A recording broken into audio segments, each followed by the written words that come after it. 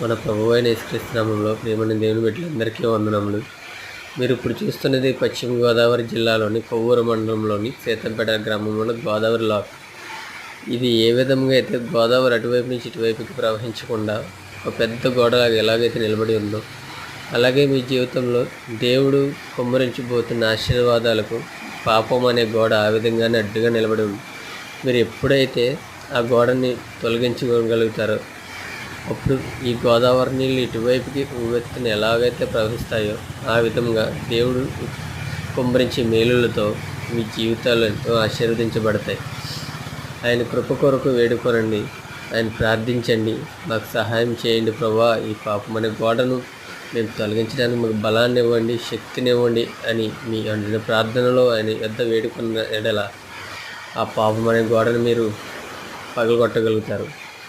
ఆమేన్.